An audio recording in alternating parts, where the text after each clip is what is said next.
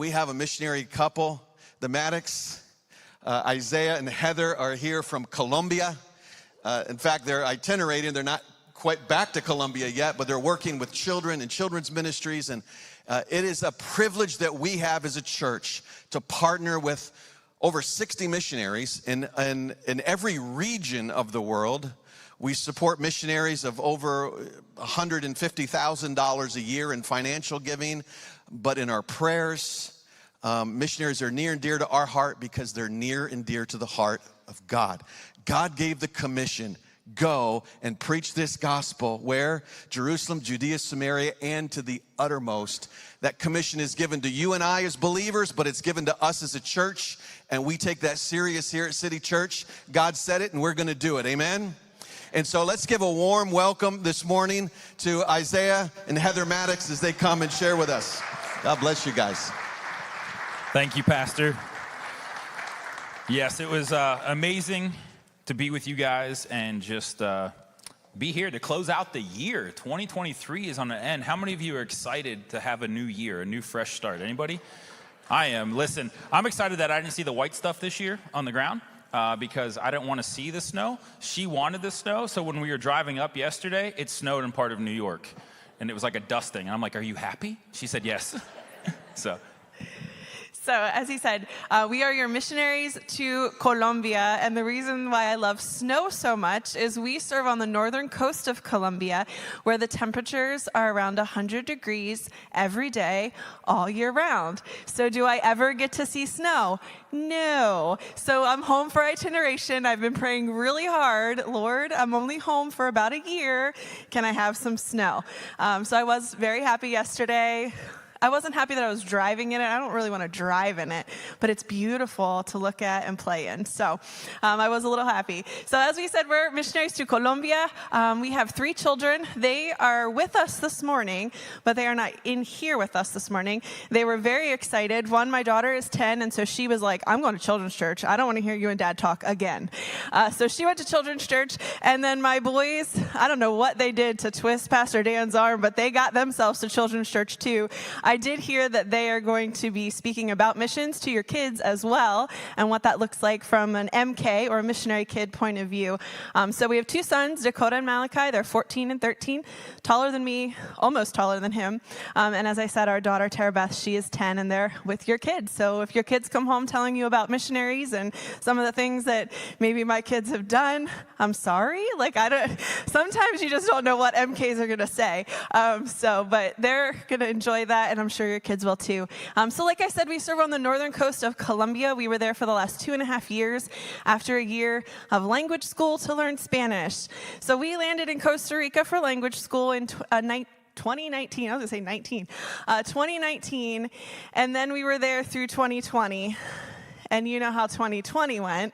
So that's how it went for us, too, in a foreign land. And so we say, if you've ever seen the movie Encanto, there's a song called We Don't Talk About Bruno. So our little slogan is, we don't talk about 2020. But we made it through language school by the grace of God. And we actually learned Spanish. Learning a second language, yes, somewhat. Learning a second language, wearing a mask, and when people don't really want to talk to you and you can't leave your house. And the internet is like the wind blows and there's no more internet, so there goes your class. It was difficult, but by the grace of God, we landed in Colombia at the very end of 2020. The borders opened, we got our visas, and we said, we are out. We're not waiting another day in case the borders close again. So we landed in 2020, and then God just began to open doors that we never even imagined. After settling in, we went back on restrictions. To kind of give you an idea, we actually stopped wearing masks the beginning of this year, right before coming home. And so we went back on restrictions after landing, but again, God just began to open doors that we never even dreamed were possible. And so we literally had our neighbors, even though we couldn't go out, we couldn't go to our small churches and in the area, we couldn't do all of these ministries that God had placed on our hearts. But God had other ideas. Our neighbors were literally coming over and asking, hey, when do you pray? When do you spend time with God? And through a series of conversations and working through translation issues, because like I said, language school was fun for us, finally we realized, like, hey, she's asking real questions and we can help her. So we were able to have devotions and prayer time with our neighbors, and just that was like the start of what God was doing. And so two things that we really love and that we, as our hearts for Colombia, is children's ministry. And how we're able to do that is through two ministries. One is called Child Hope. And so Child Hope is a ministry where we go into the poorest of poor areas where parents are making $100 a year for their families. They're normally recyclers, where they're going and literally just digging through the trash to find plastics and glasses to be able to recycle. And so we go into those poorest of poor areas, and then we build a church because Jesus first, and then we put in a school. And so our slogan for Child Hope, or the slogan for Child Hope, is through compassion and education, we'll see transformation, not only in lives, but in the community as well. As these schools open and these schools produce children who are graduating where they couldn't maybe have gone to school before, now they're graduating out, and we see communities that are changing. And so it's a phenomenal ministry. If you'd like more information about that, please see us at our table. I can give you lots more information. I can tell you lots of really sad stories too, but I can tell you all the sad stories in the world, but we know that transformation comes through the Word of God. And so we're so thankful for that. And the other ministry that we love, I think it's more near and dear to my heart, is King's Castle Ministry. And so what we do is we go into the streets and we do like a one-day VBS. So we're out there dancing and having a great time, and they love balloons in Colombia, so we do lots of balloons and clowns and all of those fun things, and then we present Jesus to them. But the even greater part, and one of the things that we've been tasked with when we get back to Colombia, is besides the going out and giving them Jesus, we want to point them back to a local church where they're going to find discipleship. And so when we get back, Isaiah and I will be traveling to roughly 400 churches. And I say that roughly because I don't drive in Colombia. That's a no. It's like New York City times 10, add like 1,000 motorcycles. Yeah, I don't do that. He drives. So my goal is 400 churches, but we'll see how he feels about all of those options. But we're going to be going, and out of those 400 small churches, because you figure in Colombia, there's a small church in every community because people walk. And so I want to go, we want to go, and we want to train up leaders in those local churches. We want to equip them not only to be out in the street doing these VBS and fun activities, but so that when the kids come back to their church, they're trained and ready for discipleship. It kind of takes Royal Rangers, girls ministry, and Sunday school and wraps it into one curriculum. And the awesome part is as these kids go through this discipleship program, then they graduate out, and they're either out on the street doing these ministries with us, or they're teaching our littles right back in the discipleship program and teaching. So it's a phenomenal ministry. We have a table in the back. We have some coffee candy because, let's be honest, the best coffee in the world comes from Colombia. And so we have some coffee candy out there. I will tell you that we do not allow children to take it without permission from parents. It has caffeine in it. So that's your warning also.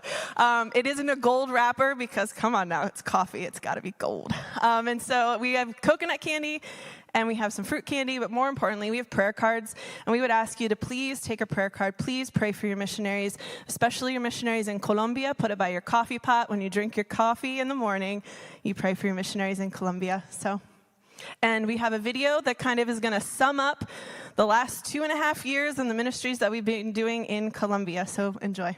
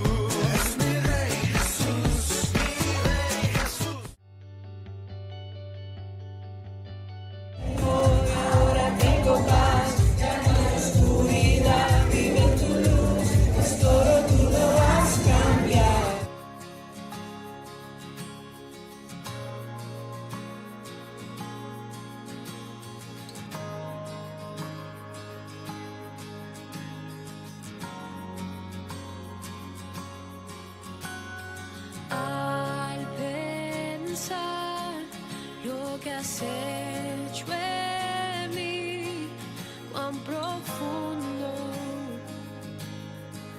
Tú me amaste sin dudar, me escogiste a mí por mi nombre. Tú me llamaste.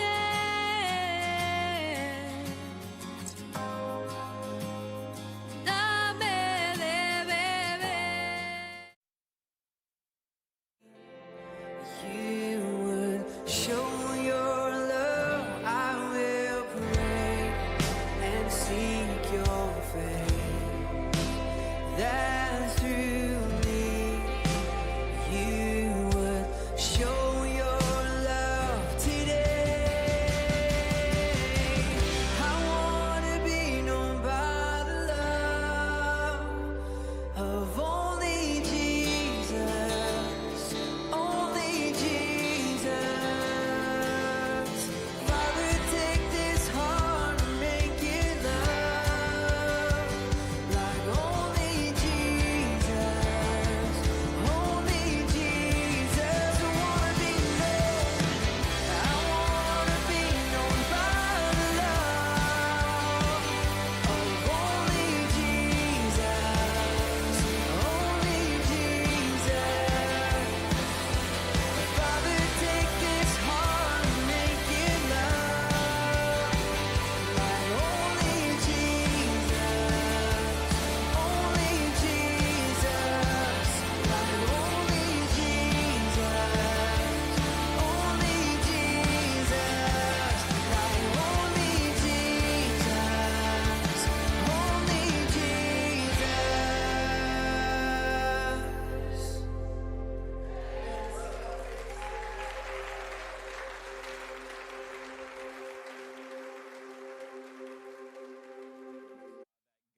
Opened the door for us to do many of those outreaches. We were literally getting phone calls. Our pastor in Colombia had to tell people, sorry, they're leaving the country. They can't come to your church. You have to wait till they come back. Because when the doors open, everyone wanted missionaries to come. They wanted a missionary to come and be with them. And so because of your prayer and support, we're able to do these amazing ministries. We're able to be a part of it, going in there and just sharing the love of Jesus. Loving the unloved is what God placed on our heart. Because there are a lot of people in this world that don't know they're loved by Jesus. Amen? How many of you know that? There's a lot of people outside these four walls that don't know they're loved by Jesus. And we are the ones that are going there and telling them about it. So we are just so excited. And so today, I hope that this is just an encouragement for you today.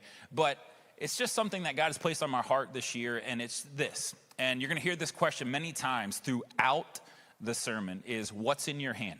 So I want you guys to look at your hands. Think about this past year and the things that you've done with your hands, the things that you've built, the things that you've seen and done, or maybe you have scars on your hands because you grabbed the pizza out of the oven way too quick or shouldn't have, or maybe you've done things that you're like, hey, knives are sharp and I have to pay attention. And that's what happened to me when I was a youth pastor. I was getting ready for a meeting at our church, and it was the membership meeting, and I had to go cut a trailer hitch. We had to get a trailer hitch put on. So you know how they come in that really thick plastic? Well, I was like, I'll just use this serrated knife. It cut something, just not the plastic.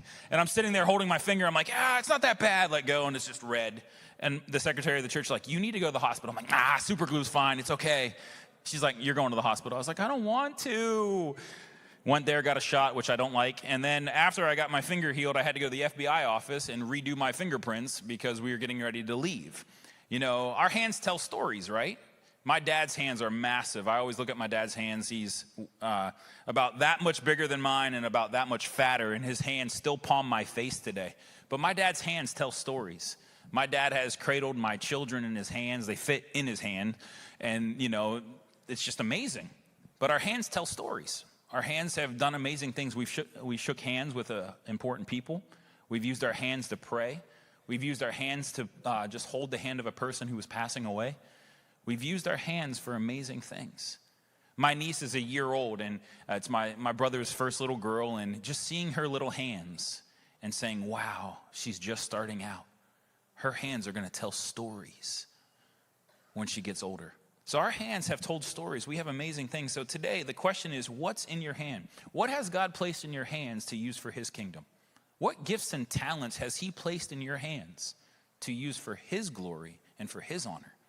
So today, as we get ready, I want you to turn to Exodus chapter 4. We're going to be in there. And if you know the story of Exodus, if you don't know it, Exodus chapter 1, just a really quick recap for you. Exodus chapter 1, Joseph, the one who had the coat of many colors and became the second in command under Pharaoh, passes away. The new Pharaoh steps in, sees all the Israelites saying, there's too many of them. We need to adjust this. We can't have them. They're going to overthrow us. So he makes a claim, okay, you need to kill all the Hebrew boys from the ages of 0 to 5. And here we hear the story of Moses is born and his mom hides him. Have you guys ever seen the movie Prince of Egypt? You ever seen the movie by DreamWorks? It just brings this to life. If you haven't seen it, it's really good. That's why I kind of like this story. In chapter 2, Moses is born. His mom hides him, puts him down into the river. And as he's going down the river, his sister follows him. And here, Pharaoh's daughter receives the package of Moses and instantly falls in love and claims him as his own. Now, she knew it was a Hebrew baby. Pharaoh knew it was a Hebrew baby, but God changed their heart. And so Moses grows up in the house of Pharaoh, becomes all this. We see in chapter 3 that God remembers what Moses was going through and the Israelites were going through, and he has compassion on them. But Moses has compassion also when he sees an Egyptian beating on an Israelite, and he is overfilled and kills the Egyptian, hides his body. Then he sees 2 Israelites fighting, and he mentions to them, hey, why are you guys fighting? They look at him, what, you're going to kill us so you can kill the Egyptian? And Moses ran and hides out in the desert for 40 years. Starts a whole new profession, gets married, starts a family, all this stuff. And then God remembers of his people, and God calls Moses. And we see here at the end of chapter 3 that Moses is called by God at the burning bush experience. And what happens when God asks us to do things? What's the number one thing we do right off the bat? We make excuses why we can't do things. Moses is like, I can't speak, I can't do that. But if you know the story, he grew up in Pharaoh's house, which means he had the best teachers, he had the best education, but yet he made excuses on why he could not do what God was asking them to do. How many of us have used excuses when God asked us to do something? And see here, every excuse that he said to God, God changed it and said, I will be with you. I will provide for you. I will do this. And so this is where we're at in chapter 4, verses 1 through 5. I want you to read this today. Moses answered, what if they do not believe or listen to me and say, the Lord did not appear to you? Then the Lord said to him, what is in your hand? A staff, he replied. The Lord said, throw it on the ground. Moses threw it on the ground, and it became a snake, and he ran from it. Yes, always run from snakes. Verse 4, then the Lord said to him, reach out and take it by the tail. So Moses reached out, took hold of the snake, and it turned back into a staff. Verse 5, this, said the Lord, is so that they may believe that the Lord, the God of their fathers, the God of Abraham, the God of Isaac, and the God of Jacob, has appeared to you. So what's in your hand? See, Moses had a staff, which was part of being a shepherd. It was the trade. You had to have a staff. You needed it. Why? You needed to test the depth of the water. You needed to use it to beat off predators or something like that, or rescue the sheep because it had the crook in the neck. He never knew what it was going to be used for because he didn't see through God's lens. He saw through his lens. And so when we look through our own lenses, we miss out on why God puts things in our hands. But Moses, for 40 years, carried this around. 40 years he had this staff and never knew the power that was inside of him because of God. Because God said, I am with you. I'm going to go with you. I'm going to walk with you through this. So when we look at our hands, what has God placed in our hands? What are the gifts and talents that God has placed in your hands to use for his glory and for his honor? Maybe you've been holding on to something. You're like, I don't know why I'm at this. My dad's been at the same job since he was 19. He's 64 this year. Since he was 19 years old, he's been tooling die. And a couple years ago, my dad realized why he was called to be there. And it wasn't called to be a maintenance man. It wasn't called just to be at this job and provide for his family. That's his mission field. There are so many people that when there's trouble, they know, hey, I need to go to Dave Mattocks in maintenance because he'll pray for me. And they do. They show up all the time. They're like, hey, Dave, I'm struggling. My dad's like, all right. There's many times I'm on the phone with my dad. He's like, I got to call you back. And my dad doesn't know how to work the cell phone correctly because he leaves it on. And I'm trying to hang up while I'm driving, and he's still talking. He's like, yeah, I'll pray for you. No problem. What's going on? Just this past year, he had a lady that worked for him third shift, and she had her first child. And she said, Dave, will you come just pray over my baby? That dad goes, absolutely, I will not miss that. Why? Because that's his mission field. What's in his hand was not just a job, it was his mission field. It's where God placed him. So we look at what has God placed in our hands. To me, a basketball, I'm a wrestler, so pumpkin pusher, sorry. A basketball in my hand is nothing. Maybe $20 now with inflation, 25. But the basketball in the hands of Michael Jordan, that's 6 national championships. A baseball bat, my son Malachi, my middle son, loves to play baseball. We came home, we went to a batting cage. I went 4 for 20. He went 16 for 20. I'm going to hang up my cleats and never play baseball again. But a baseball bat in my hand is nothing. But in the hands of Mike Trout or Aaron Judge, it's worth millions, right? Like for me, I am not artistic at all. I'm actually in a club called I Still Draw Stick Figures at 39 years old, and I'm not ashamed of that. But my family is gifted because my wife and my children are just gifted in drawing. I can't draw. Like my kids are like, oh, Dad, look what I drew. I'm like, man, that's amazing. They're like, now, Dad, can you draw that? No. Like even when I draw pictures for little kids, I'm drawing stick figures, and like kindergartners can do way better than me. But see, I can't draw, but in the right person's hands and giftings, like Michelangelo, you got the 16th chapel, right? Think about that. The gifts and talents that God gives the one person is for them to use. It's not for us to say, I want. Think about it. So what has God placed in your hands? Just like God gave Moses that staff and showed him what that staff was going to do, God has placed things in your hands to help a nation that is enslaved with this sin. How many of us know this world needs Jesus? That's all it really needs. We look at it and be like, no, you need Jesus. That's it. That's the answer. Jesus is the answer. Nothing else. Oh, no, no. Jesus will bring peace because he is the Prince of Peace. But we have the gifting in our hands to help and change and go along with what God has placed in our hands to help and guide and show people Jesus. Our job is to represent Jesus and point them to the cross. That's all we're supposed to do. We don't have to make it, we don't have to have a doctorate. We don't have to have this. It's simply, little kids are the best, okay? Because they will literally just say, you need Jesus. That's it. And they're just plain and simple. There's no like philosophical reasoning. They're like, no, you need Jesus. Like, have you ever seen a little kid like, you need to pray? It's like, wow, that kid's speaking like, fire right now. But think about what has God placed in our hands. We think about Moses had the staff, and I want to encourage you to read your Bible this year and read through the stories, not just to read to complete it, not a checklist, okay? I know that the Bible app is amazing, but it's always a checklist. I got to get this done. No, spend time with God. Let him speak to you. Because Moses didn't just use the staff for one thing, turn the Nile into blood. He parted the Red Sea. He hit a rock and water came out of it. He used that staff to win a battle. But throughout the Bible, God places things in people's hands all the time. Think about Samson. He picked up a jawbone of a donkey and took on an army. What about David? David is one of my favorite stories when he takes on Goliath.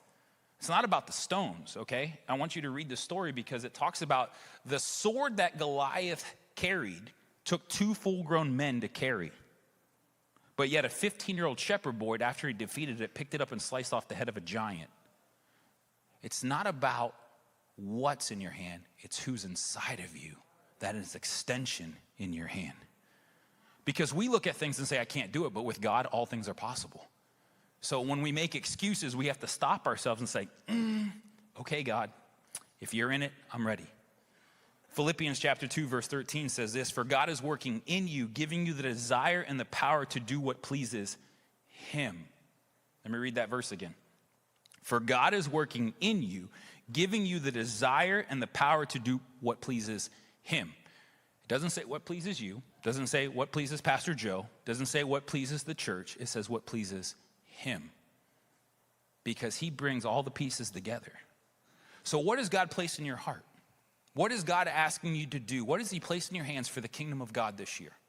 This past year, we can look and say, yeah, it was a great year. God placed this in my hands. Hey, next year, 2024, God might say, hey, here's something new. Or maybe you're like Moses, who has been holding on for 40 years and not knowing what he needs to do with it. Maybe you're sitting here, I've been a Christian for so long and I feel like God hasn't used me. Well, have you ever asked God, what have you placed in my hand? How can I use this for you? What can I do? So what does it mean for us today? It means just like God used Moses to free a nation, he wants us to go out to show people his son. That's what we're called to do, is just go out and show Jesus. How many of you have family members that don't know Jesus? Co-workers, neighbors. How about your favorite coffee shop? Are you sharing the love of Jesus when you're there? Are you pointing them to Jesus? We all make excuses when God places things in our hands. We all come up with excuses. Why I can't do this, why I can't do that. But if we just stopped and say, okay, God, whatever you place in my hands, I'll do it. In Colossians chapter 3, verse 23, it says, work willingly at whatever you do as though you were working for the Lord rather than people. All that we do, your job is not about a paycheck. Your job is to represent Jesus Christ. Your relationship with your spouse is to show the love of Jesus. Your children that you have is to point them to Jesus. Your friendships that you have, point them to Jesus. Because what he places in our hands is for that. In Colombia, my wife said, trying to learn Spanish. I am the worst in Spanish in my family, so don't ask me. My children are fluent. I'm 5 out of 5. I'm the worst in the family with Spanish. So what can I do when I'm there? I struggle with my Spanish. I can drive, though. And because we got a vehicle from the New York Youth Ministry, from Speed the Light, we had a vehicle placed in our hands. So what was in my hands in Colombia? I drove. And if you've ever driven in another country, you know what I'm talking about. Husbands in here, have your wives ever asked you to stop 4,000 feet before the stop sign or the brake lights? It's okay, guys, we're in a safe space. It's okay, you can tell the truth. My wife in Colombia, we're driving. Now, I'm worried everywhere. I'm looking in the rearview mirror because you have motorcycles just whipping around. Pastor Joe, you know how this is. And all of a sudden, my wife goes, baby! You're like, what are you talking about? And in a motorcycle, you see an adult, and all of a sudden, you see a baby foot out the side. So then you're like, my wife's like, pay attention. What do you want me to do? I got cars on this side, I got this, even the police, they don't even follow the rules. They're just zipping through. It's crazy, people. That's why my wife's like, I don't drive. And I'm like, yeah, we're not going to 400 churches. I'm not driving to all 400. But what God placed in my hand was to drive in Colombia. Why? Because in 2022, before we came home, our church was like, hey, they're lifting restrictions there in Colombia. We want to go to our sister churches. In Colombia in 2022, they committed by 2033, they want to plant 1,000 new churches. And our superintendent that we work with under the Northern District's like, we're not stopping, we're planting churches. And so we went out and did a vision tour, driving around looking for what we had, what we could do. Well, I have a vehicle. Most of the pastors and people in the church don't have vehicles. They don't have motorcycles. As my wife stated, that there's churches that are planted in the community so people can walk to it because they don't have money to have vehicles. Well, we are given a vehicle, and I'm like, hey, I can take 6 people in my vehicle because it's a Speed the Light vehicle. They're like, oh, pastor, no. I'm like, listen, I'm here to work. Use me. I can drive. So I got pictures that I'm not allowed to show because I promised my Colombians I want to do this, but there's a gringo driving and all the Colombians are passed out because I'm driving for them. And it's fun, but here's the thing. What God placed in my hand was car keys to drive. But because my vehicle was open, there were 6 people we did 7 mission trips. Every trip, somebody was able to ride in my vehicle because of their giftings and because of what I was given. I was able to take them to use their giftings. Think about that. Maybe you're like, well, what can I do? Maybe you can drive. Maybe you can help out in ministry, children's church, youth ministry, being open to this. This past year, one of the people in our church, 23 years of service for the family life groups. And you know what he did? He didn't run it. He wasn't in charge. He said, my house is the biggest in the community. We'll just open our house. For 23 years, they opened their house during the family life group season. That over 4,000 people, they calculated 4,000 people came through their house and heard the gospel. Because why? They had a house big enough to hold people. Doesn't mean you have to be in charge, but what God's placed in our hands, we can use it. Like me driving. To the point that we had to come home to get some paperwork done, and I gave the keys to the pastor, and my pastor was like, no, this is your vehicle. I'm like, this is not my vehicle. This vehicle was given to me to preach the gospel. This vehicle was used to spread the gospel. That's why Speed the Light gives vehicles and equipment to use to spread the gospel. So they gave it to us, and they sent me a picture. 7 new people got to go use their gifting because we had a vehicle. So what has God placed in your hands for his kingdom? What has God done for you? In 1930 in Russia, we know the story of what happened with Stalin. If you don't know this, Stalin, though, confiscated all Bibles because if you were a Christian, you were an enemy of the state. So he confiscated all these Bibles. Well, in 1994, we know what happened, that USSR fell and broke up, and Russia was open, and there was a group of pastors and missionaries said, hey, we need to go to Russia and show the love of Jesus. So they loaded up like a shipping container with different materials and everything, and went over there. They got there, and here the shipping container got caught up in customs, not the container itself, but the ship itself got caught up in customs. And they're sitting there like, man, we had Bibles and stuff, and one of the pastors that was in Russia was like, Bibles? We have warehouses full of Bibles because Stalin collected them. And they're like, what? They're like, yeah. So they hired some day laborers. They go around, they grab the Bibles, they're loading it up, and there was a young man that was in the group, and he was agnostic, and he said, hey, I could sell this Bible on the black market to make more money. Why? Because the Bibles back in the day, back before the 1930s, the Bibles were very intricate. They were well designed, they had jewels, they had gold leaf, they had pictures and paintings inside of them that were worth. So this young man took the Bible and ran with it. Well, at the end, they loaded up, and they're like, hey, we need to pay for these people. We need to pay them for their labor. And they're looking around. They couldn't find this man. And they see him over in the corner just weeping. And they handed him the man handed back the Bible, and the pastor's like, no, you can keep it. You can keep it. Well, with the translator, he said, no, open the Bible. Open the Bible. Here was his great-grandmother's Bible. Never knew he was in the lineage of Jesus. But that Bible was given to him, and it had his great-grandmother's name. That young man gave his heart to Christ that day, and now is a pastor in Russia. Why? Because someone gave them the opportunity to receive what Jesus had and gave, which was the story of Jesus. So what's in your hands? What has God placed in your hands? Well, Proverbs 16 verse 3 says this: commit your actions to the Lord and your plans will succeed. Have you ever committed to things that God gave to you? Have you ever said, God, thank you, I give it back to you because I want you to be the lead, not me? A math equation, I know kids hate it, but when we remove ourselves from the equation and just let God be the exponent, it goes farther. We need to do that.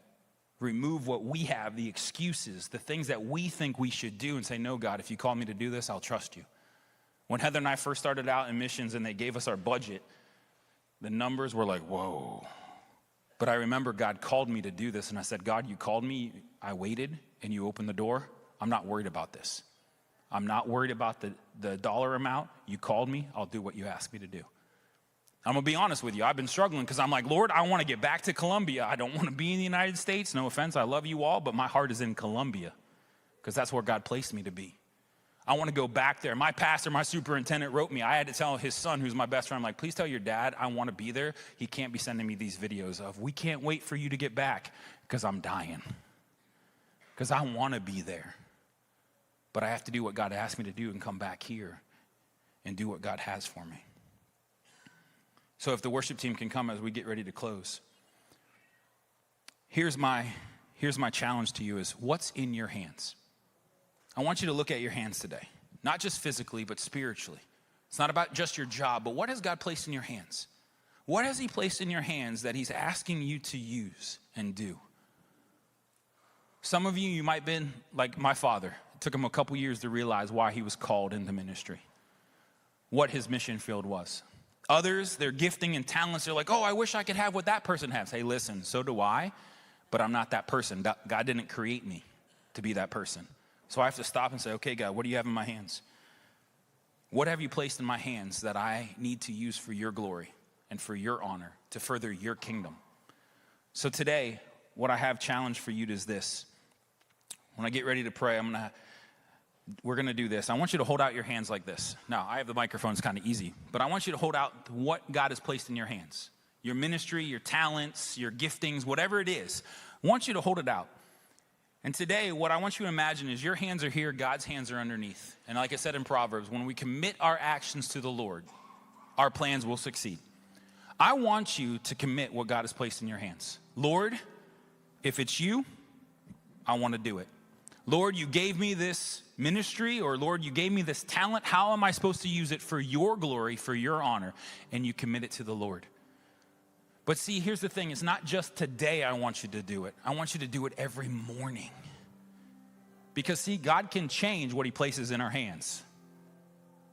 God can change our gifts and talents to shift to what he needs us to do. Remember in Colossians where it says, he gives us the desire and power to do what pleases him. So every day we take what God has given to us and we say, God, I want it's from you. I'm going to do it. If you're not in it, I don't want to be a part of it. And when you release it to him and you say, okay, God, whatever you place on my hand, I know it's from you. I want you at the end of the prayer, I want you to flip your hands around, and whatever God places in your hands, I want to encourage you. If it's not what was there before, know that God is with you. Because what does it say in Matthew 28? The Great Commission, go into all the world, preach the gospel, and know that I am with you always. So whatever God places in your hand, you got to realize that God is with you through it. You don't have to make excuses. You don't have to worry. You don't have to cry, because God is with you and he'll walk with you. Like I said, God, when God's in us, we are just an extension of his power.